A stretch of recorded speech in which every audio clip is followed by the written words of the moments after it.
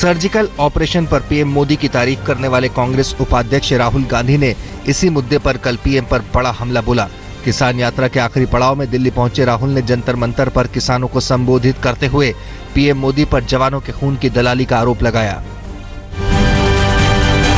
जम्मू कश्मीर में जिन्होंने अपना खून दिया है, जिन्होंने हिंदुस्तान के लिए सर्जिकल स्ट्राइक किया है, उनके खून के पीछे आप छुपे हुए हो, उनकी आप दलाली कर रहे हो। ये बिल्कुल गलत है। हिंदुस्तान के सेना ने हिंदुस्तान का काम किया है, आप अपना काम कीजिए। राहुल गांधी के आरोपों पर बीजेपी ने जबरदस्त पलटवार किया है। केंद्रीय मंत्री बाबुल सुप्रियो ने कहा कि राहुल के ऐसे बयान कांग्रेस को बर्बादी के रास्ते पर ले जाएंगे। ये उनकी पार्टी को और बर्बादी की ओर लेके जा रही है और मुझे कुछ नहीं कहना है, वो ऐसे ही बोलते रहें। कांग्रेस को खत्म करने के लिए सबसे ज्यादा श्रेय जो है वो राहुल गांधी जी को जाएगा। राहुल गांधी के आरोपों पर आज बीजेपी आधिकारिक रूप से जवाब देगी। बीजेपी अध्यक्ष अमित शाह आज दोपहर 12 बजे प्रेस कॉन्फ्रेंस करेंगे।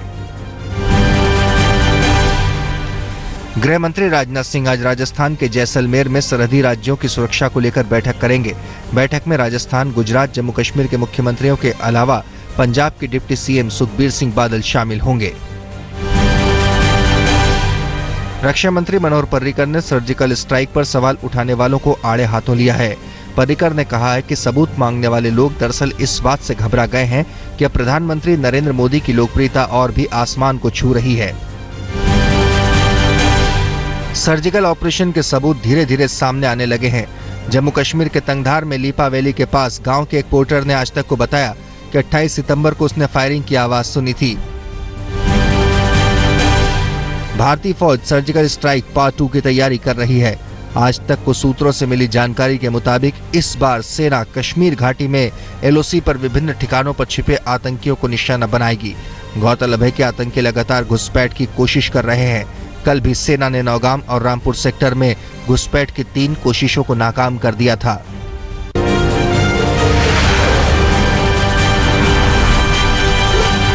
महाराष्ट्र नवनिर्माण सेना ने इंपा के अनुरोध को ठुकरा दिया है।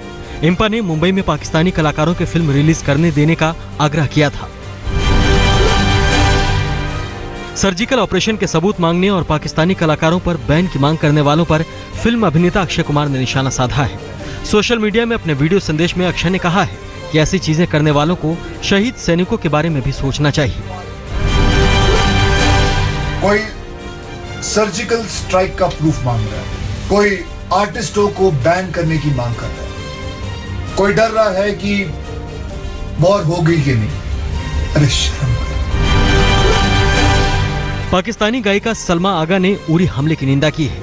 एक कार्यक्रम में दिल्ली आई सलमा आगा ने कहा कि उरी में जो कुछ हुआ उसके प्रति उनके मन में गुस्सा है।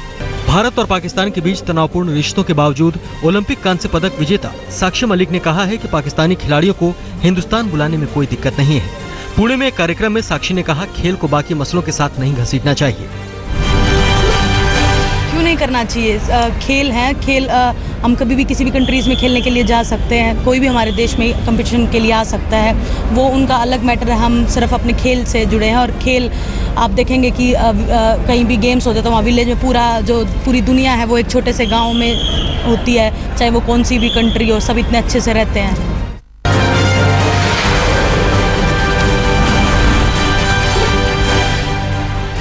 करीब 1 महीने की किसान यात्रा पूरी कर राहुल गांधी कल दिल्ली पहुंचे तो उनके स्वागत को लेकर कांग्रेस के 2 गुटों में मारपीट हो गई। कहा जा रहा है कि भूपेंद्र सिंह हुड्डा और अशोक तंवर के समर्थकों के बीच मारपीट हुई। देर रात राहुल ने राम मनोहर लोहिया अस्पताल जाकर घायलों से मुलाकात की। यूपी चुनाव को देखते हुए बीजेपी नवंबर महीने के पहले सप्ताह में यूपी में 4 जगहों से परिवर्तन यात्रा की शुरुआत करेगी। सूत्रों के मुताबिक 25 दिन तक चलने वाली इन यात्राओं की शुरुआत 5 नवंबर से हो सकती है, जिसके तहत पश्चिमी यूपी में सहारनपुर, बुंदेलखंड में ललितपुर, पूर्वी यूपी में बलिया और सोनभद्र से एक साथ परिवर्तन यात्राओं को केंद्रीय नेतृत्व हरी झंडी दिखाएगा। मथुरा में राष्ट्रीय लोकदल के महासचिव जयंत चौधरी मंच पर अचानक बेहोश होकर गिर पड़े। जयंत किसानों और मजदूरों की मांगों को लेकर 12 किलोमीटर की पदयात्रा कर मथुरा लौटे थे। होश में आने के बाद उन्हें इलाज के लिए दिल्ली लाया गया है। उत्तर प्रदेश के मुख्यमंत्री अखिलेश यादव पर चाचा शिवपाल फिर भारी पड़े। अखिलेश के विरोध के बावजूद कौमी एकता दल का समाजवादी पार्टी में विलय हो ही गया। एसपी के प्रदेश अध्यक्ष शिवपाल यादव के मुताबिक मुलायम सिंह ने विलय का फैसला किया और इसके लिए अखिलेश से भी सलाह ली गई। यही नहीं, शिवपाल ने दागी अमन मणि त्रिपाठी के टिकट का भी समर्थन कर दिया। समाजवादी पार्टी में अंदरूनी खींचतान के बीच खबर है कि यूपी के सीएम अखिलेश यादव 10 दिन की छुट्टी पर जाने की योजना बना रहे हैं। सूत्रों के मुताबिक अंदरूनी उठापटक के बीच अखिलेश लो प्रोफाइल रहना चाहते हैं। उत्तर प्रदेश के मुख्यमंत्री अखिलेश यादव ने इटावा में डियर सफारी पार्क का उद्घाटन किया। उन्होंने सैफई में अंतर्राष्ट्रीय ऑल वेदर स्विमिंग पूल के साथ 719.36 करोड़ की कई विकास योजनाओं का भी लोकार्पण किया। बाद में उन्होंने शहीद नितिन यादव के घर जाकर उनके परिजनों को 20 लाख रुपए का चेक भी सौंपा।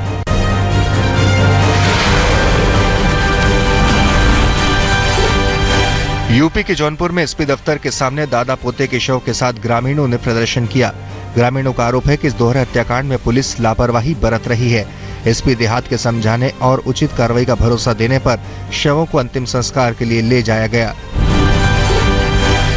यूपी के कुशीनगर में गरीब लड़कियों को शादी का झांसा देकर उनका सौदा करने वाले गिरोह का भंडाफोड़ हुआ है। इस गिरोह के 4 लोगों को पुलिस ने गिरफ्तार किया है। गिरोह के सदस्य लड़की के परिजनों को विश्वास में लेकर शादी के नाम पर ले जाते, पहले उन्हें खुद अपनी हवस का शिकार बनाते, फिर देह व्यापार के धंधे में धकेल देते। यूपी के बुलंदशहर में पुलिस ने विनोद हत्याकांड की गुत्थी सुलझाने का दावा किया है। पुलिस के मुताबिक विनोद की हत्या ज्ञानचंद ने अपने जीजा के साथ मिलकर की। ज्ञानचंद की पत्नी से विनोद ने अश्लील हरकत की थी और उसकी साली से रेप किया था। इसी बौखलाहट में ज्ञानचंद ने उसकी हत्या कर दी। यूपी के बिजनौर में राशन डीलरों से अवैध वसूली करने वाले गिरोह के 5 लोगों को पुलिस ने गिरफ्तार किया है। पुलिस के मुताबिक ये लोग इनोवा कार में राज्य मंत्री की प्लेट लगाकर ग्रामीण इलाकों में डीलरों से पैसे लेते थे। बोकारो में नक्सलियों ने रेलवे ट्रैक पर विस्फोट कर पटरियों को नुकसान पहुंचाया है। पटरी टूटने से रेल सेवा बाधित हुई है। मामले में कोई नक्सली अभी तक पकड़ा नहीं गया है। बिहार के गिरिडीह में 2 पुलिस वालों पर रात में एक दुकान में घुसकर 400 रुपए चोरी करने का आरोप लगा है। मामले में रिपोर्ट दर्ज कर ली गई है। चोरी का खुलासा सीसीटीवी फुटेज से हुआ है। ग्वालियर में पत्नी को डांडिया खेलने से रोका तो ससुराल वाले बीच बचाव करने चले आए। गुस्साए पति ने चाकुओं से ससुर पर हमला बोल दिया। चाकूबाजी में लड़की के चाचा की मौके पर ही मौत हो गई। ससुर और साला घायल है। आरोपी दामाद फरार है।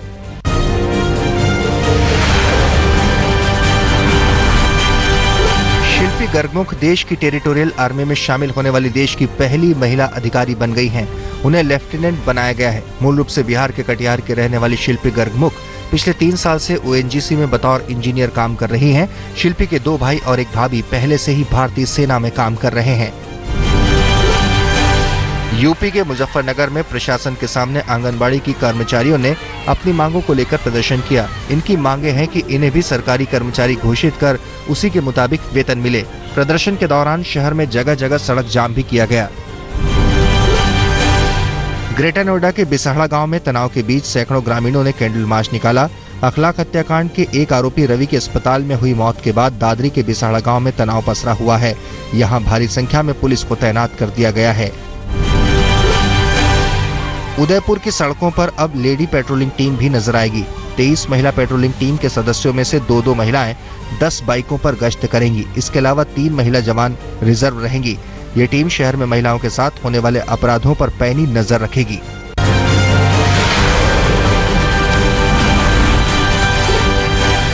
कानपुर के बर्रा इलाके में 5 बच्चे कल नहर में नहाते हुए डूब गए। 2 बच्चों को तो बचा लिया गया, लेकिन 3 बच्चों की मौत हो गई। बच्चों की चीख सुनकर पास के लोगों ने 2 बच्चों को बचा लिया।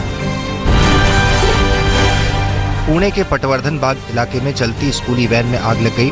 ड्राइवर की सूझबूझ और स्थानीय लोगों की मदद से वैन में सवार 10 बच्चों को बचाया जा सका। वैन पूरी तरह खाक हो गई। बीसीसीआई और लोढ़ा पैनल के बीच चल रही तनातनी पर आज सुप्रीम कोर्ट कोई बड़ा फैसला सुना सकता है। मामले पर सुनवाई करते हुए कल कोर्ट ने कहा था कि बोर्ड बिना शर्त लोढ़ा पैनल की सिफारिशों को लागू करने का वादा करे, नहीं तो कोर्ट ऑर्डर पास करेगा। इस पर बीसीसीआई ने किसी भी तरह का वादा करने से इनकार कर दिया। न्यूजीलैंड के खिलाफ वनडे सीरीज के पहले 3 मैचों में अश्विन, रविंद्र जडेजा और मोहम्मद शमी को आराम दिया गया है। 16 अक्टूबर से शुरू होने वाली सीरीज के लिए टीम में कप्तान महेंद्र सिंह धोनी के अलावा रोहित शर्मा, अजिंक्य रहाणे, विराट कोहली, मनीष पांडे, सुरेश रैना, हार्दिक पांड्या, अक्षर पटेल, जयंत यादव, अमित मिश्रा, जसप्रीत बुमराह, धवल कुलकर्णी, उमेश यादव, मनदीप सिंह और केदार जाधव शामिल किए गए हैं। न्यूजीलैंड के खिलाफ तीसरे टेस्ट मैच के लिए कल इंदौर में टीम इंडिया ने जमकर अभ्यास किया। ओपनर शिखर धवन के जख्मी होने की वजह से गौतम गंभीर की टीम में वापसी के आसार बढ़ गए हैं। गंभीर नेट्स पर जमकर पसीना बहाते देखे गए। टीम के बैटिंग कोच संजय बांगड़ ने कहा कि लंबे घरेलू सत्र के लिए गंभीर टीम इंडिया के अहम खिलाड़ी साबित होंगे। 2 साल से 6 घरेलू वनडे सीरीज में अपराजेय चल रही बांग्लादेश की टीम आज इंग्लैंड के खिलाफ 3 मैचों की वनडे सीरीज में उतरेगी। नवंबर 2014 के बाद से अपने मैदान पर बांग्लादेश को 20 वनडे मैचों में सिर्फ 3 में हार का सामना करना पड़ा है। केंद्रीय पेट्रोलियम मंत्री धर्मेंद्र प्रधान ने दिल्ली में आयोजित एक समारोह में रियो ओलंपिक में हिस्सा लेने वाले खिलाड़ियों को सम्मानित किया। सम्मान पाने वालों में ज्वाला गुट्टा, हिना सिद्धू, मोमा दास, मनु अत्री, रघुनाथ, अतुल दास, कविता राव आदि शामिल हैं।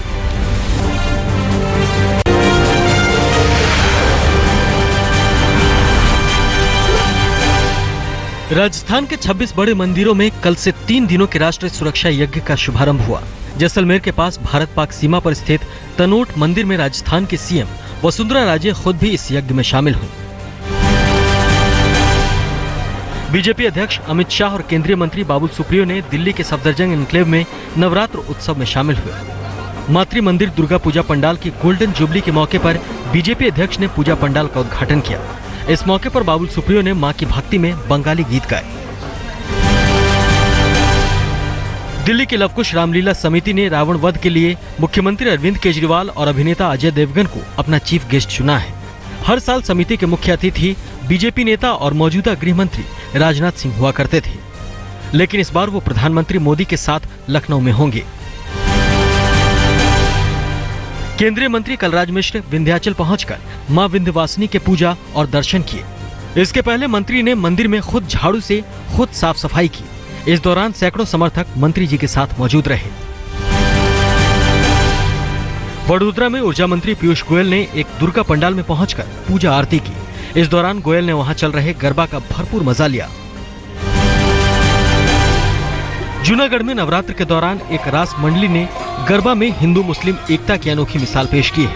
यहाँ के गरबा पंडाल में हिंदू लड़कियों के साथ मुस्लिम लड़कियां भी ताल से ताल मिला रही हैं। मंडली के सदस्यों की माने तो यहाँ की ये परंपरा सालों पुरानी है। राजकोट में नेत्रहीन लड़कियों ने गरबा की अनोखी प्रस्तुति की। गरबे की धुन पर थिरकती दिव्यांग लड़कियों ने तलवारबाजी का हैरत अंगेज कारनामा पेश किया।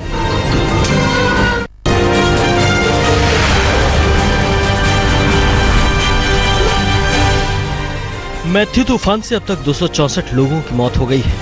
हैती में सबसे ज्यादा नुकसान की खबरें हैं। यहाँ सबसे ज्यादा मौतें हुई हैं। यहाँ एक शहर पूरी तरह खत्म हो गया है। अमेरिका के फ्लोरिडा में भी तूफान की आशंका को देखते हुए अलर्ट जारी किया गया है। फ्लोरिडा में 15 लाख लोगों को सुरक्षित ठिकानों पर ले जाने को कहा गया है।